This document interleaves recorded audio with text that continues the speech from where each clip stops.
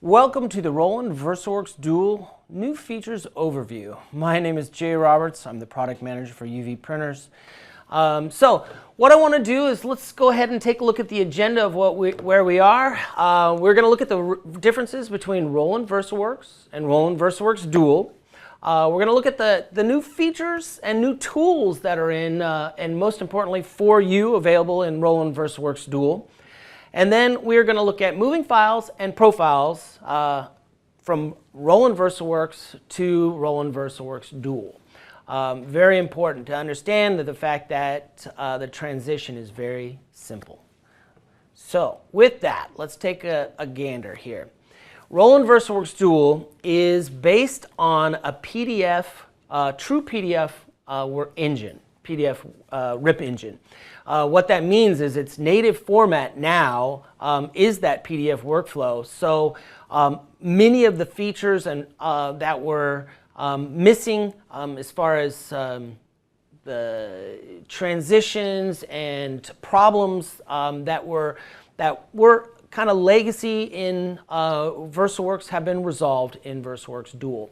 Because it is a PDF engine, it also incorporates and utilizes the EPS workflow and PostScript workflow, along with TIFFs, JPEGs as normal.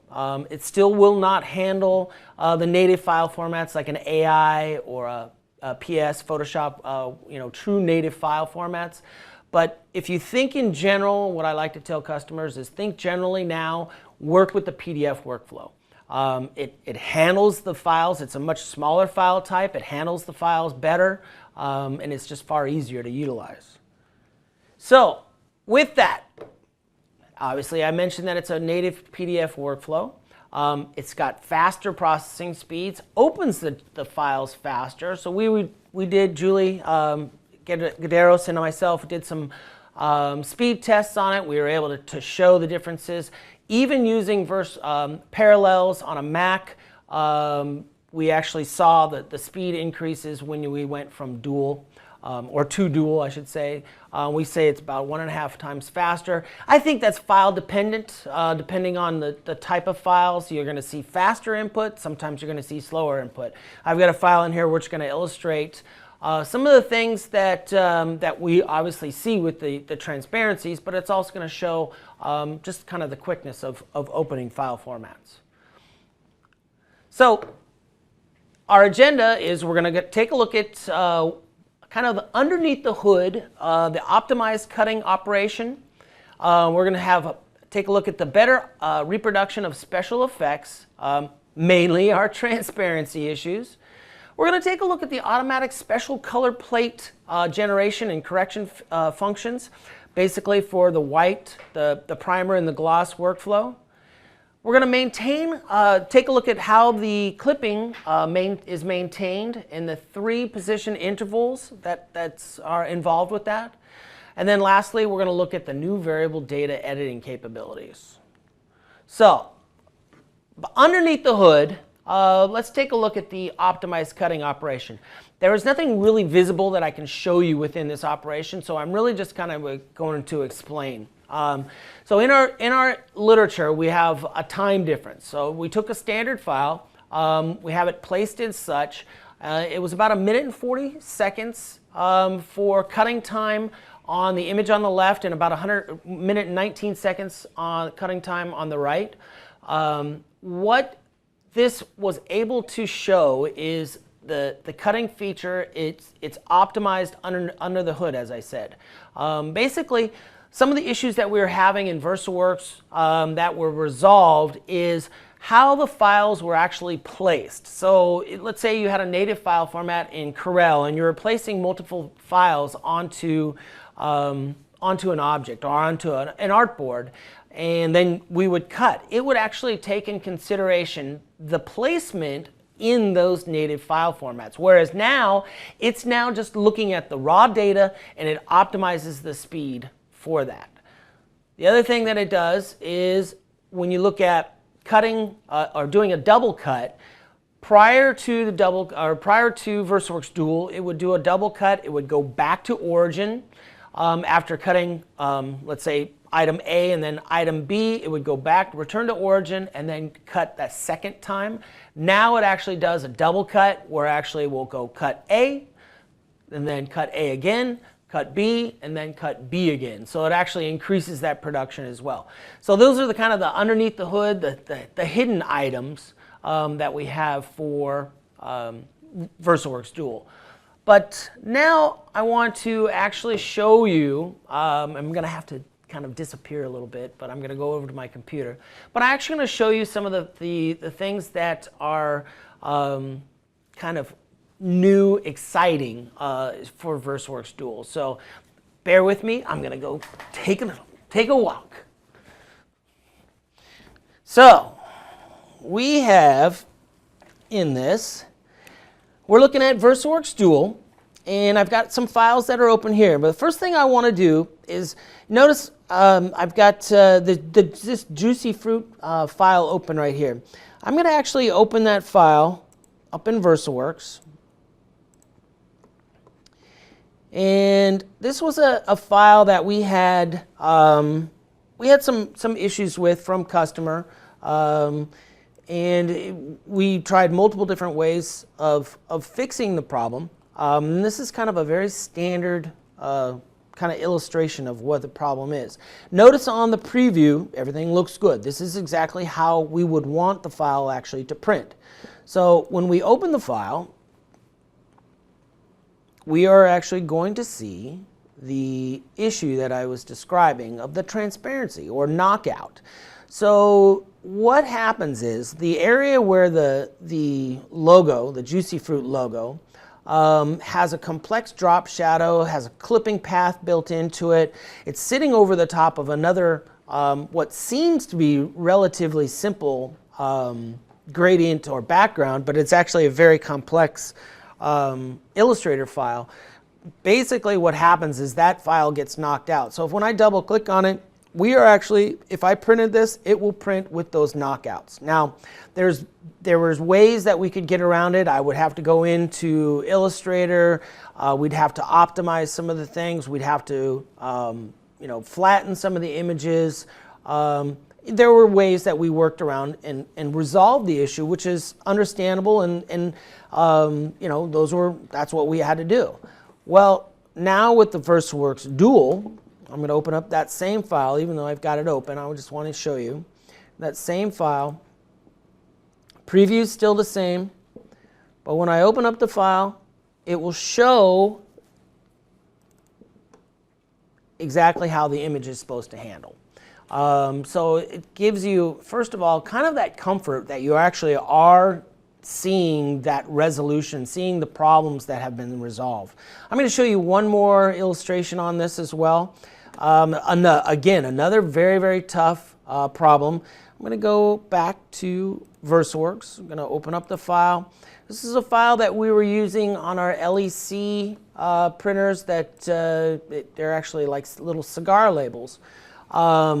They're very complex. Both of these files has about 11 different layers for each of these.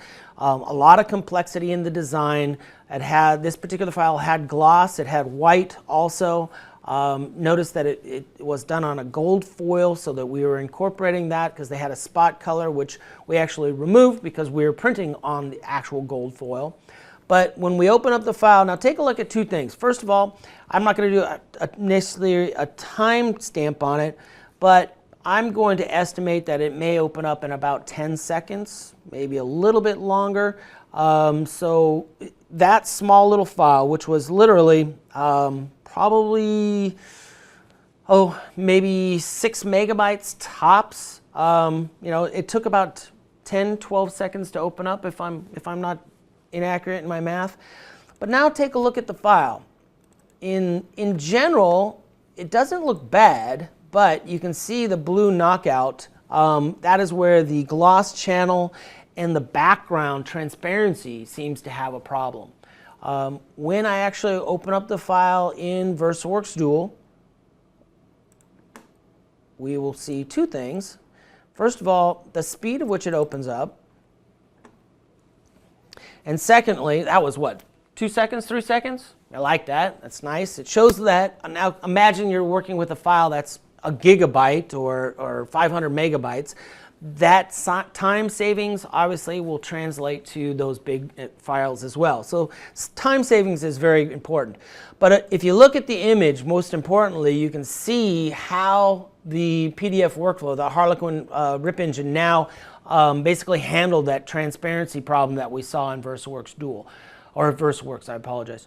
So it's important to see that. Now I still have the full capabilities that we're actually looking at as far as the transparency issues as well, but want to make sure that you're seeing kind of what I'm seeing, that that resolution of the image is disappeared. So the next thing that I want to take a look at is how the clipping mask is, the generation of the clipping mask has been resolved, or actually not necessarily have been resolved, but there's a feature that of the clipping mask with the 3 intervals, which is really kind of important and cool. So I'm going to go ahead and just double click on one of these files. It really is irrelevant as far as what the file is. Again, these are PDFs, but the clipping mask, as far as the clipping, the clipping data, as far as maintain the clipped position, will work with any type of file. So I'm going to actually use this illustration, and I'm going to go into my clip data.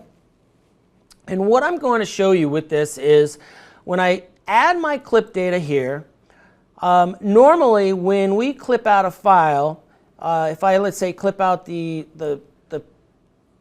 file here, actually let's go ahead and clip out the one on the bottom right, and we're going to click, and I'm not going to utilize the maintain clipped position. This is in this feature here. So as I've gone to clip and tile, I've left the maintain clipped position unchecked. Now this will maintain it. It won't be checked until you actually clip the file. So when I clip the file and then I hit OK, what's going to happen is that file, if we bring it down here, that file will be clipped. So what I'm going to do is I'm going to show how I'm going to clip out this particular image. So when I double click on the file, I'm going to clip the file and clip out only this bottom right corner. When I hit OK, that file will change, and now I have this file which has now using a 0, 0 position. So it's going to automatically reposition itself for maximum usage of materials, which is great. But if I wanted to actually take a look at that file and maintain the clip position, let's say I wanted but there was a problem with it and I canceled it, or I wanted to overprint something, or I was doing a test with white, which I'm going to show you a white generation next. If I use the maintain clip position, when I show you that file now, notice that it didn't crop it to the 0, 0 position. It left it in the position where it was. Again, this is a really neat feature when you're doing testing. So if I was doing testing with, let's say, white, which is very typical with this particular file, I would say maybe I only want the top 2 to be printed, and then the bottom 2 I could add a white, or let's say I was printing a second surface white and I wanted to add a second hit of white, I could do so only in this position. So excellent transition right here. I'm going to talk now about using this particular file, how I can utilize my generation, my spot color generation, or my special color plate generation tool. What is cool about this, again, is I'm going to populate this, and I'm going to actually tell it that I don't have any white or any gloss in this file. And I'm going to show you in my special items. This is normally if I had a white channel or a white layer or a white spot color or a gloss, whatever, it will show up if I have a cut path, if I've got variable data. Those special items will show up. So this is a very raw file, but I want to print white to this file. So I can, instead of having to go all the way back to Illustrator, now I can just simply take this file, open it up, and I'm going to define the white underneath. I can leave it clipped where we are here. I'm going to define the white, let's say, underneath the CMYK. Notice as soon as I did that, nothing happened. Nothing will happen until I go to my special color. When I click on special color, then I'm going to create generate special color plate, and all of a sudden, boom, now I have my what shows as the white mask. The pink kind of cross marks will show the white special color. A light blue crossed hatch will show the gloss, and a light green will actually show the primer. This happens to be an LEF20 that we're using, and it actually is set up with a primer, so I actually have that option to turn it on and turn it off independently of having to go back to that native file. So I want to let's go ahead and take a look at how it works with other types of file formats. So if I open up a job, I'm going to open up, let's say, just a PDF. Let's go ahead, VersaWorks. Let's open up this file. It's a JPEG, and this file in itself has no special colors. So let's double click on the file, and let's say I want to put primer behind this one, right? So I'm going to use this on, let's say, a glass plate. So if I'm going to, let's say, do a glass plate, first of all, I'm going to mirror my job. I'm going to make sure that my primer, or let's say if I want to do primer and CMYK, generate generic with primer. So I'm going to do primer and CMYK, but I don't still see the primer yet. Notice that I can't make it function because it is a JPEG. So when we go back to what files will work versus what files will not, this is that illustration of a JPEG won't allow you to do that. So think in terms of PDFs. So if I go again to File Open, and I'm going to open the PDF of the same file. When I double click on it, I'm going to change it from generic primer. I'm going to add my special. Notice I'm going to go to special color and then generate special color plate. Notice that I now have everything for underneath there is a pixel. Anywhere there is at least 1% of cyan, magenta, yellow, or black, notice I've got none of the white areas are blocked out. With print area, well, I can control that. Let's say I wanted to go to opposite of print area. So it'll show all of the areas. Notice the light green. That's all of the areas that do not have a pixel will be actually flooded with primer. Again, I can actually take this one more step further and say I want the entire image. So now the entire image can be flood coded. So this is a really, really fantastic way of doing something very easily when you don't have to go back to the native file format. Again, think in terms of PDF or EPS workflow. A PDF really is the fastest, most economic file type for VersaWorks Dual that we can kind of suggest. So again, I would take a look at that. The last thing that I wanted to look at is in the tiling setup is I'm going to open up or I'm going to nest. Actually, I got a nest already.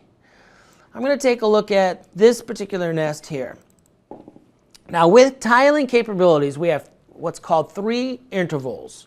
So in my layout tool, under tiling spacing, I have 3 options: grid spacing, separate X and Y spacing, and equal X and Y spacing. So when I click on one of the 2, so it's going to separate these based on a spacing that I have set up. So if I want to change the spacing, I can set it up so that I can change the spacing based on a grid. Or if I wanted to change it based on equal spacing, I can then change that file size so that I'm changing it by 1/4 of an inch. I still have the ability to move these things around.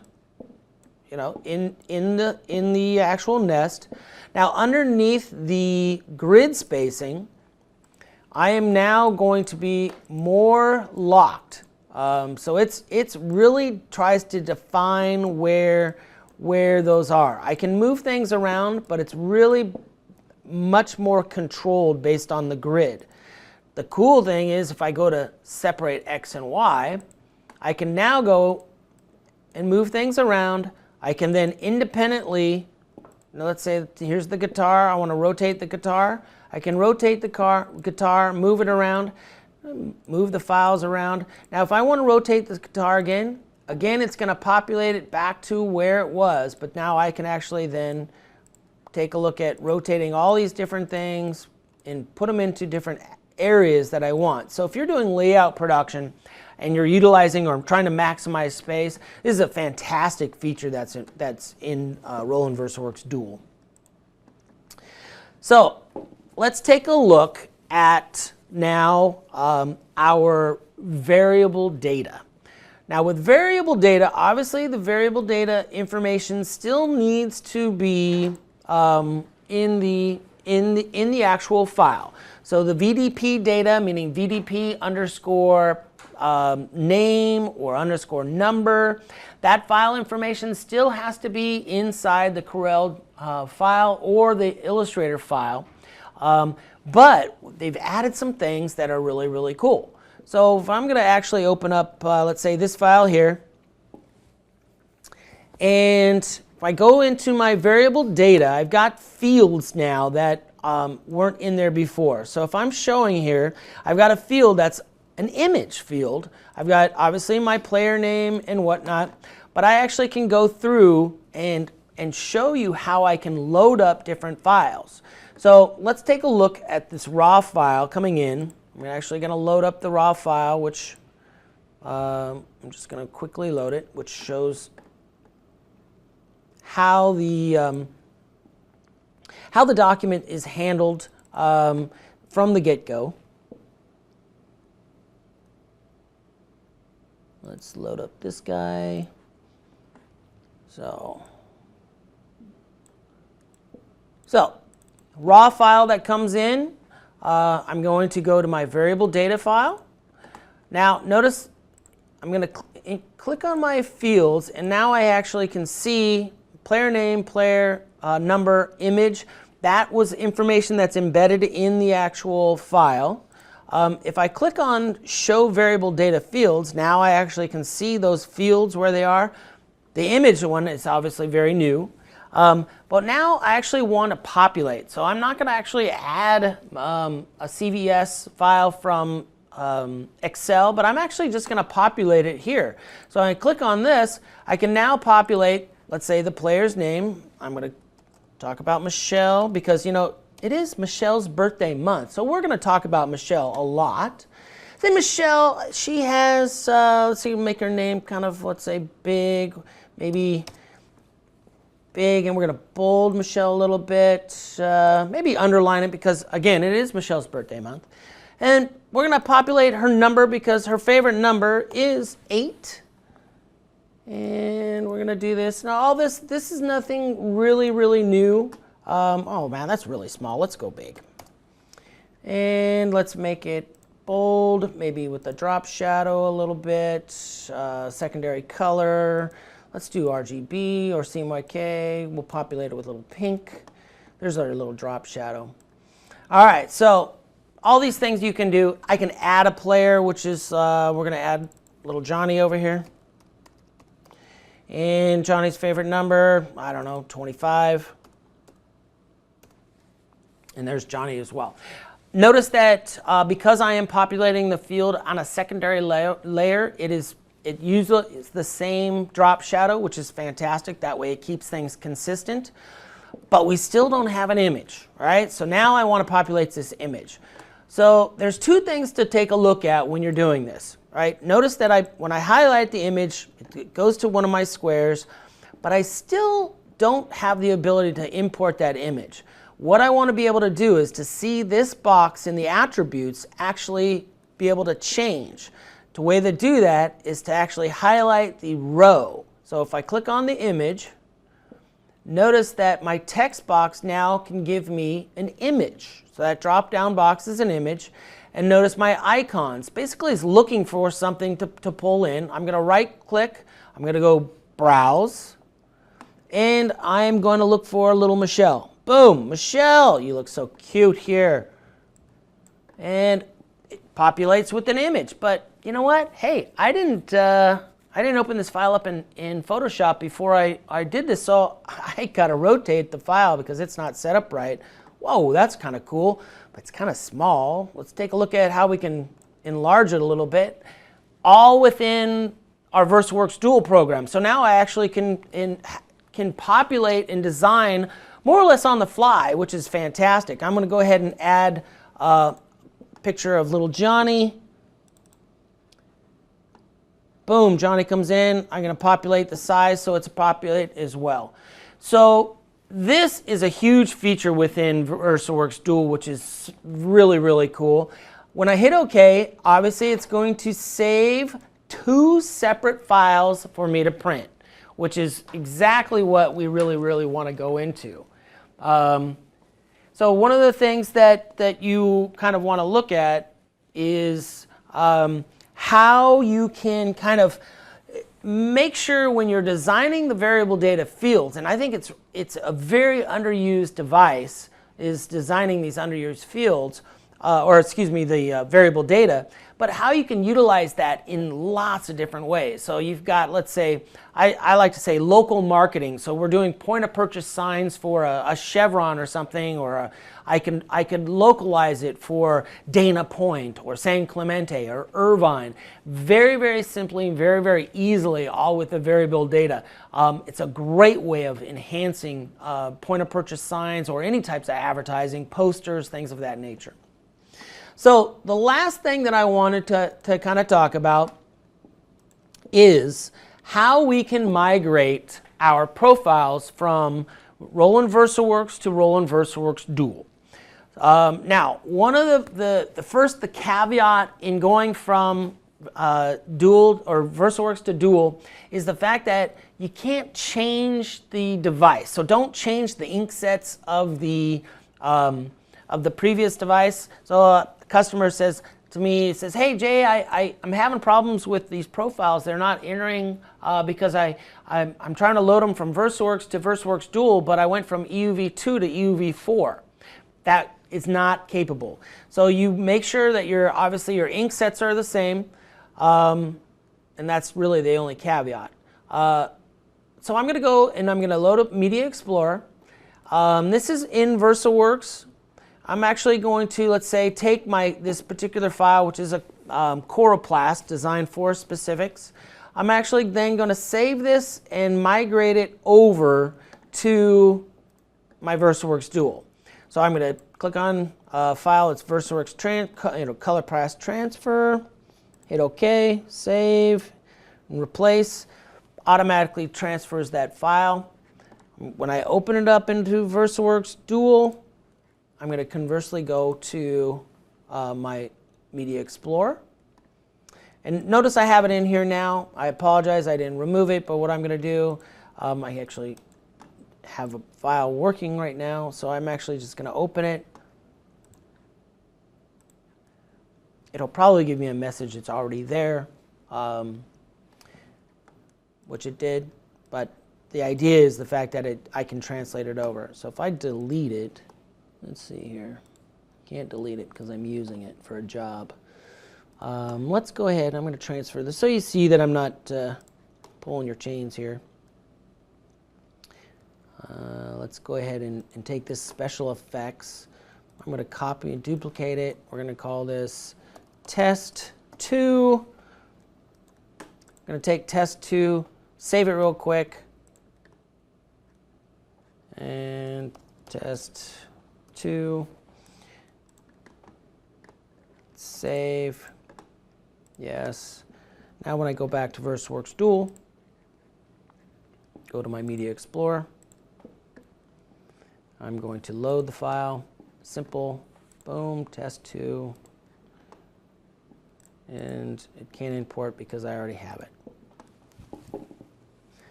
So I'd have to do this real quick. Let me just, I want to show you, and I apologize. Let me just show you. I'm going to delete these jobs. Yes. Now I can probably delete my coroplast. Yes, because it's no longer using a job. I'll open that file, coroplast transfer. And this is what's known as operator error. So then the coroplast file comes over. Now all the data comes over from that, so it's a simple, easy operation. If I were to transfer a file, I would do that same type of thing. Again, making sure that the file is of the same nature. All I simply do, if let's say I want to use this Roland LEC file, I can just simply go into save. I can save it with or without the source file. Typically what I'm doing, if I'm going to migrate a job over to the source file, I will migrate it or to another format, i.e. from VersaWorks to VersaWorks Dual. I will utilize plus source file. The plus source file actually will provide me that full data of the original PDF or TIFF or PostScript file that was there. So when I hit save, it does that, and I can automatically open it back up into VersaWorks or VersaWorks Dual as it were. So I'm going to come back on screen now and open this up to, first of all, maybe kind of do a recap a little bit of what we have, the takeaways. Hope you understand the simplicity of the difference between VersaWorks and VersaWorks Dual. Really, the designers have made it a seamless transfer. Everything really is in the same places. The new features are either in areas that are very logical, that will open up another dialog box, or just simply in a different area. The overview of what we've kind of wanted to look at as far as the migrating of profiles, which is probably the most important part. The variable data, which has some really cool features with adding a text or images as well. The clipping of the tiling and whatnot, as far as its positioning, I think is one of the best features in that, along with the ability within nesting to actually rotate individual pieces of those, which is fantastic. And then again, the fact that the transparencies are now handled behind the scenes, kind of that invisible, along with the optimized cutting, which is fantastic. And then lastly, the overview of the special color generation. Being able to do that without having to go back to Illustrator or Photoshop or Corel and having to add those layers. So it's a very simple way of doing it. One thing that I kind of wanted to talk real briefly about is will you always remove the program? So notice that I'm running on my laptop. I have both versions on my laptop. I will continue to have both versions on my laptop. I think it's important to understand that people don't just remove it because you may have legacy jobs. Those legacy jobs are important to have because they may have been approved already by customers or by your customers, and there's no reason, because they handle each other, they can be on the same platform very, very easily. So there's really no reason to just automatically delete the file as far as VersaWorks. So I urge you to keep both of those platforms on there. It's not good. If they're open at the same time, then it will draw of the RAM.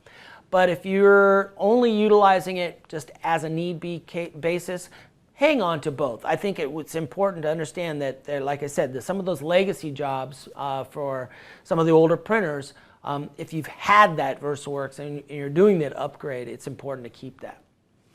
So one of the things, we'll just talk real quickly, as of January 31st, all the new machines coming out will have VersaWorks Dual. And now, recently, all of the models seen on the right will now have the supported. There are some models that are older printers that are not listed, that are not going to be. So please look at the website and find out which models are available and what aren't. Again, we have a minimum requested system requirements. I really look right at the RAM. I say most people, when they look at the RAM, I say RAM is relatively cheap. I think 2 gigabytes is pretty small. I would urge 8 as a minimum personally, because I like things to work fast, because typically what we do, as all of you well know, we'll have 2 and 3, 4 programs open all at one time.